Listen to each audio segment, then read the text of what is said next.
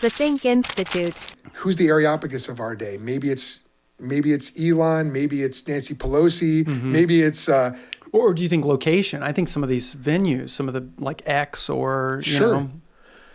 Yes, I would view X almost as like the marketplace. Yeah, okay, you're seeing the marketplace. I think that's how Elon sees it. I think even before he bought X, he called it the public square. Yeah, public square, yeah. So that's almost like, okay, so now we're back in Act 17. Thinking his philosophy, his actual individual philosophy of what he's doing is the idea that he's covering. He certainly is questioning things. Like he's definitely made some major changes in his way of looking. And he has. I mean, his biography, the Walter Isaacson biography of him is really, really good. It's worth listening to.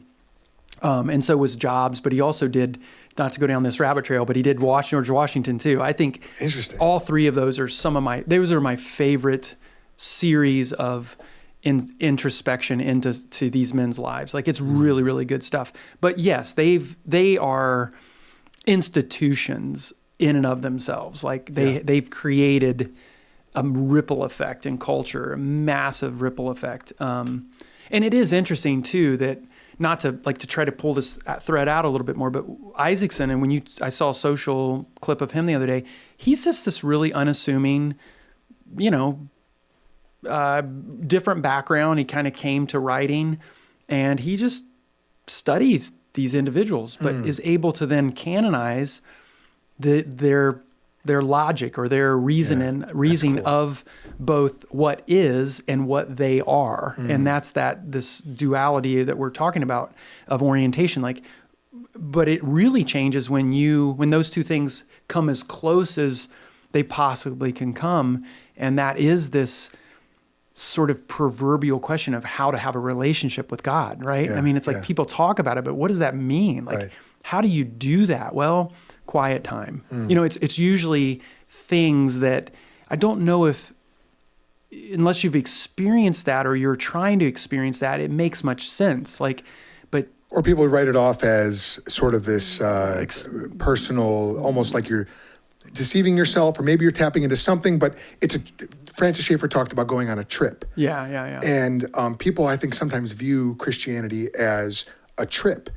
Okay, well, you over here, you're doing mushrooms, you're doing a DMT, and then you over here, you're doing Christianity and prayer and meditation. And maybe she likes yoga, your thing is prayer, but there's this perceived parity between all these different... Try all the trips and see which one works the best. Which one works for you, exactly. Yeah. And so the challenge for Christians is to say, well, now wait a minute. How are we even going to interpret which of these trips is valid, which one's actually tapping into truth? Because, well, since we're talking about it, going on all these different psychedelic trips is almost not that different from going onto Twitter and, okay, I don't get into psychedelics, okay? But I know I've read a little bit about it. I've done a little bit of study. When you do psychedelics, you have interactions with what you perceive to be entities, whether it's a self-bouncing basketball, whether it is a machine elf. This is what people say. They describe interactions with, they call them machine elves. And there was a guy, I believe, wrote a book, and that was the term he used, and it got picked up. But they're giving you messages. And even if it's just a highly sensate feeling, okay, you're learning about what this entity wants you to learn about. Right. Okay, so now I log into social media, and it's not as psychedelic, it's not as transcendental, but people are giving you these different messages. Yeah. And again, I always come back to, by what standard are we judging these messages? Whether it comes from a trip, whether it comes from religion, because there's false religions out there as well. Yeah. Or even, I mean, you can even put that into the dream space as well. But the idea of conscious, subconscious, those are pretty big deals. Yes. But you can actively choose a trip is the point. Like you could even, I mean, physically you can do the trip. You can be the vagabond, the explorer, or whatever become it is. A sojourner, become so a all these wayfinder, things come into play as it relates to your orientation.